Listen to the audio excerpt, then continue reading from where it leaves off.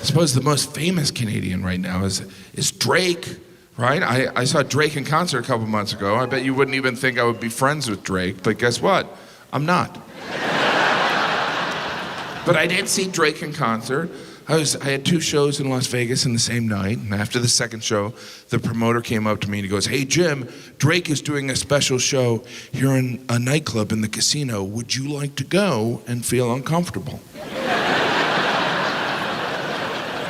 And I just finished my second show. It was like 11:30, and I was like, you know what? I want to go. You know, I might not be a Drake expert, but you know, I have friends that like Drake. Well, my 6-year-old Patrick likes Drake. So I want to impress Patrick. So the promoter took Ted and I, and he escorted us through the casino to the nightclub where all these Drake fans were waiting to go in. They all looked at me like, "Oh my gosh, there's Drake's accountant." And they brought us in the club, and they set us up at a table, and they got us drinks and everything. And they're like, "Do you need anything else?" And I was like, "When does Drake go on?" And they're like, 2:30. And I was like, "Cool, can I get a wake-up call?" Because it was probably midnight at this point. So I had to decide, do I wait 2.5 hours to see one of the biggest musicians of today, who I personally knew one of his songs? Or do I go back to my room and sleep? And I just figured, God's plan, right? God's plan. So I spent the next 2.5 hours hanging around these drunk Drake fans, trying to stay awake. After an hour, I realized Drake is just a combination of the words drunk and awake. Drake.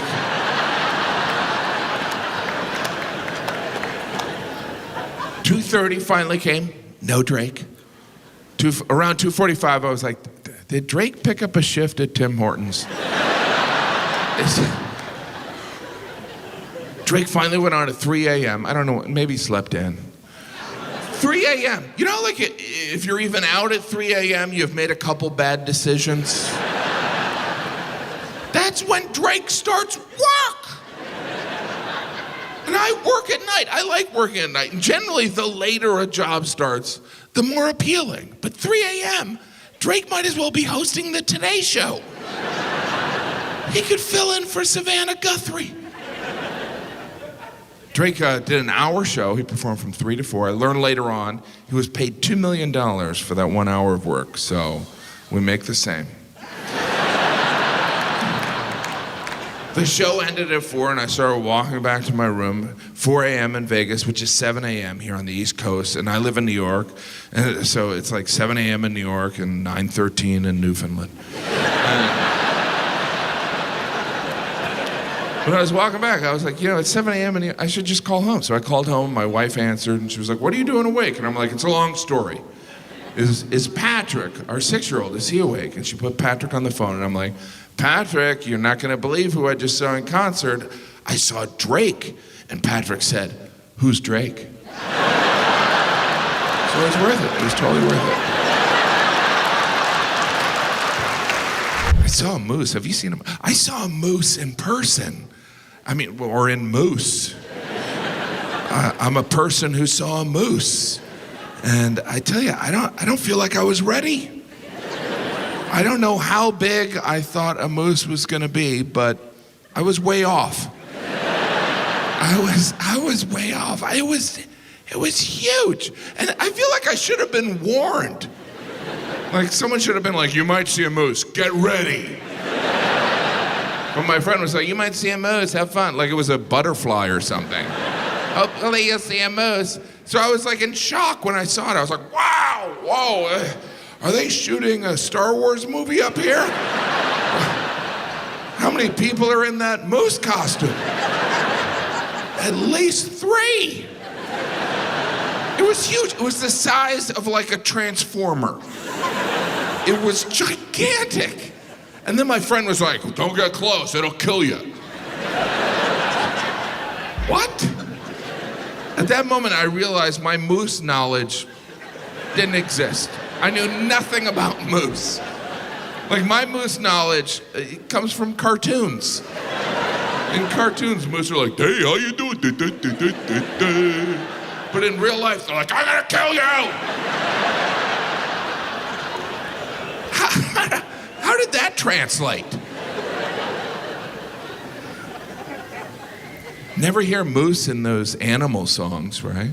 The cow goes moo, the cat goes meow, the moose goes, I'm gonna stomp you to death.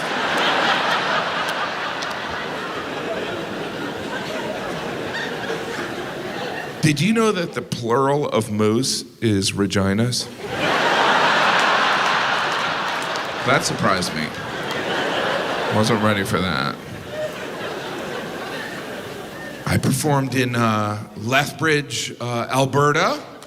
Lethbridge. If you don't know anything about Lethbridge, don't feel bad. Neither do people in Lethbridge. I asked them, I was like, hey, what should I know about Lethbridge? And they're like, oh. Is there anything I should know about Lethbridge? Calgary's 2 hours away.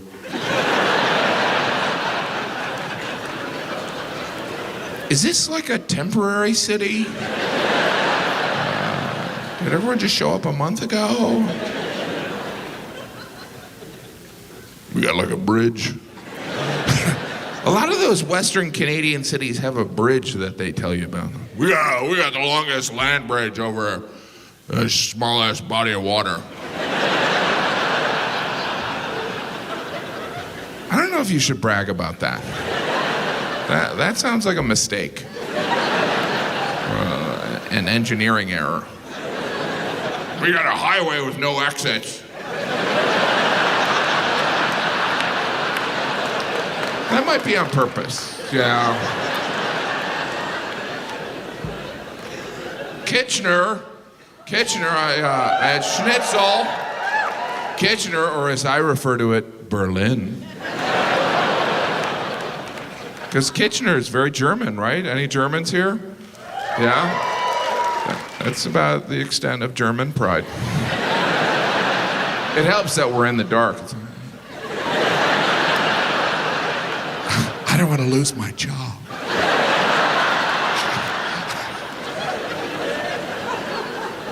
That's worldwide. I was in Vienna, Austria, and they were like insistent that they were not German. We're not German. We're not German. We're totally different.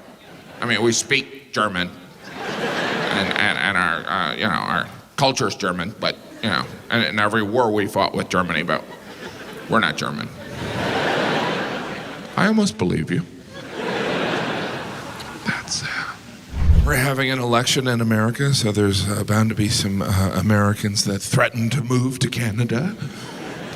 If that person gets elected, I'm moving to Canada. I don't remember Canada extending an invitation. It's like...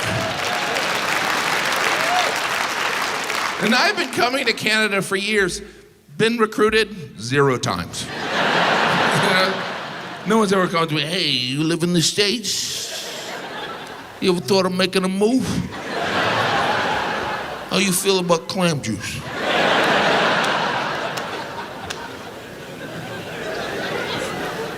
He better stop with the clam jokes. It's getting too much. In my hotel, there's a youth hockey team staying there. There is a youth hockey team staying in every Canadian hotel.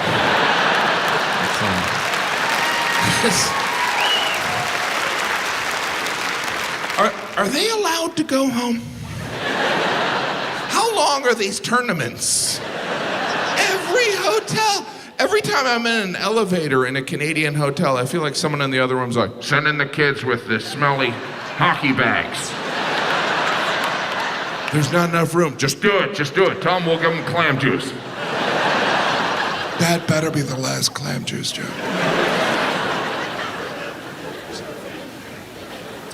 But of course, the youth hockey league, that's all about the Canadian hockey dream, right? Parents drive their children all around Canada because there's the dream that maybe their child might be, just by chance, maybe the next Wayne Gretzky, right? And I'm here to tell you, it's probably not. There's only one great one, and I think he lives in Phoenix. Let's kill him. I remember the first time I came to Canada, the big difference I noticed was that things are measured differently, right? Temperature and distance. And I remember at the time being like, well, that's annoying. And then eventually I realized it wasn't just Canada, it was the entire world that uses the metric system, except for us. And I tell you, it was strange as an American to realize every other country on the planet was wrong. Right? It should change for us, because we all know God loves America more. And that love is measured in feet. Now, here's how I can tell the way Americans measure things is annoying. Because occasionally you'll run into a British person who will announce their weight in stones. I'm nearly 12 stone. I'm sorry, are you a caveman? Me equals 12 rock. Me as tall as 10 log. How do the English say stone with a straight face? It's like, how do you condescend to the entire world when you're weighing yourself in boulders? We're going to leave the EU and return to our pebble economy.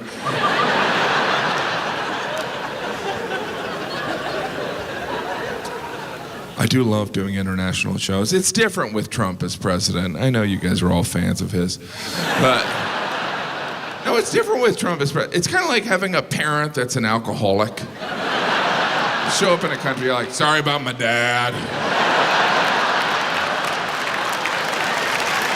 We don't know what to do about it. Trying to get the phone from him. Proving harder than we thought. I find Canadians are the least fazed by Trump. Because, within the world, it's like, because Canadians, Trump is just an exaggeration of the American stereotype. Americans are known as obnoxious. Trump is just turning up the dial, right? That's the American stereotype, obnoxious. The Canadian stereotype, polite, which is not a stereotype, it's a compliment. But you guys still get angry. We're not polite, we're passive aggressive.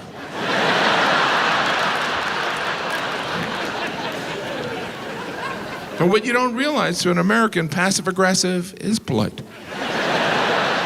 But everything about Canada is pleasant. Even the Canadian flag, most national flags have all these macho symbols like Mexico's an eagle eating a snake, America's stars and stripes, and Canada's just like, just put a leaf out there.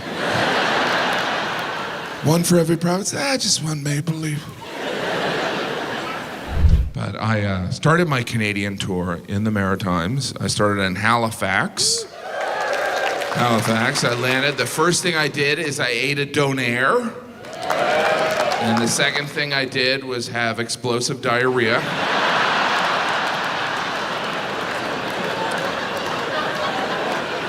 I should have known something bad was coming. When I walked in, the guy was like, you don't even look drunk.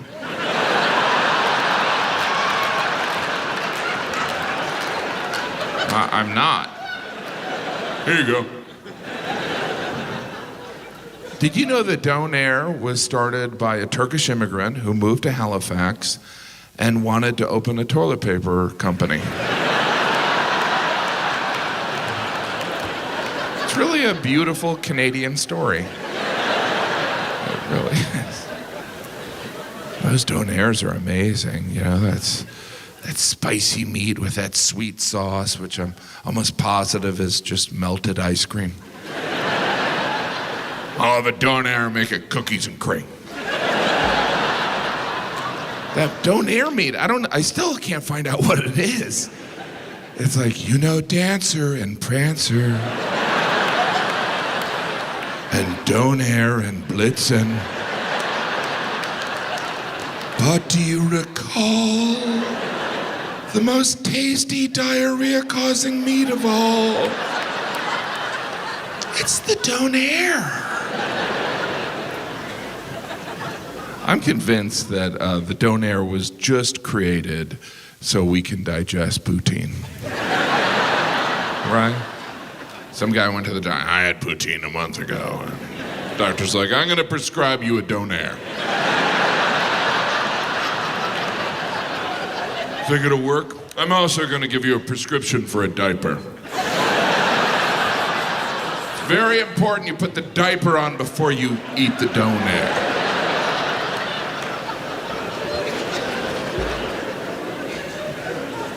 Of course, poutine. Oh my gosh, poutine. At this point, are there any Canadian restaurants that don't serve poutine? I picked one up at, what was it? It was a Booster Juice. It's like, yeah, I had the kale poutine smoothie. It was delicious. Poutine. I know some of you pronounce it Poutine, but you're still saying poo. I love poutine, and I eat unhealthy, and some would say I built a career out of eating unhealthy. But you know, poutine, it's a little irresponsible. I mean, after all, I don't want to die. Do you know what I mean? It's almost like someone was just trying to make French fries more unhealthy. Well, what if we cover it in everything that causes heart disease? Let's do it. We have free health care.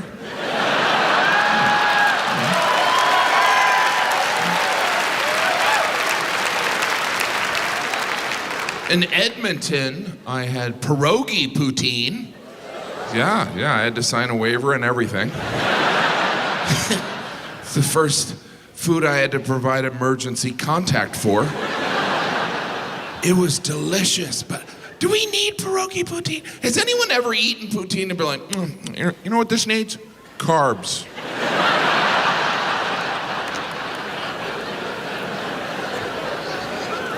Poutine. It's fascinating. It started in Quebec, right? And now it's everywhere in Canada. But you know, there was probably a part of Canada that was like, wait a minute, we're as a country, we're going with the French fry thing? Not salmon or beaver tail? I guess that's better than syrup. Did you know that poutine in French means Vladimir Putin? I'm just saying.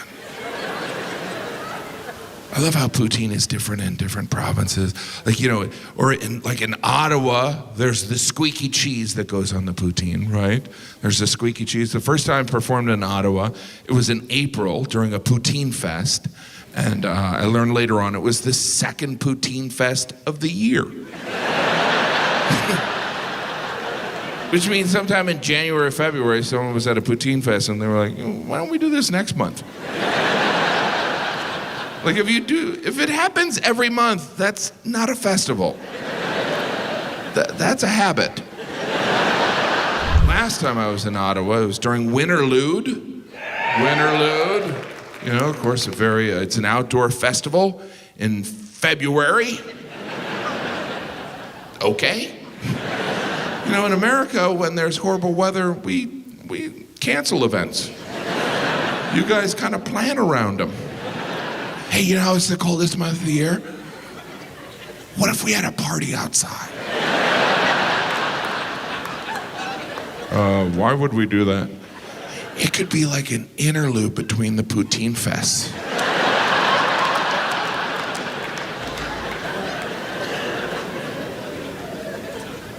I have to admit, I'm a little disappointed by the number of Tim Hortons in town.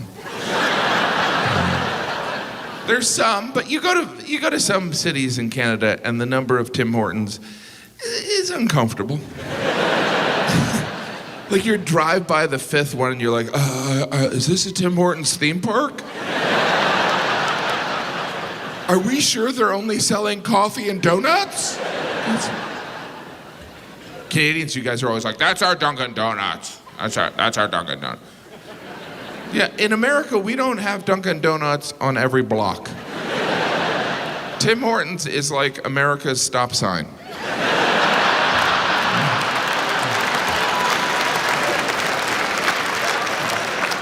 Now I've seen some Tim Hortons in America, and whenever I see a Tim Hortons in America, I always have the same thought. Don't force your culture on us. You know? But you wouldn't know how that feels.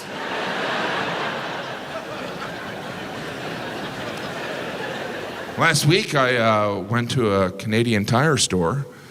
I don't want to brag. I was kind of surprised to find out they sell more than tires. I don't know why I would think they only sell tires. It's not like the store is called Canadian Tire.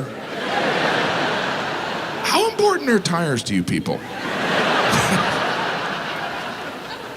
You know how people love shopping for tires?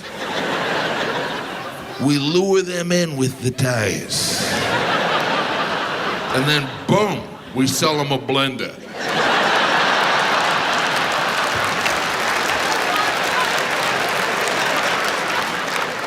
Nobody in Canada even sounds like that guy. Of course, there are differences between Canada and America. It's not just healthcare and bacon. Your airport codes make no sense. And I love how you're so proud of them. YW pound sign representing, yeah. We're YW pound sign. It's weird. Toronto, YYZ. I don't know why. Well, it makes sense. Y is, why not? And then Y, the second Y is like, why are you asking? And then the Z is like, see you later.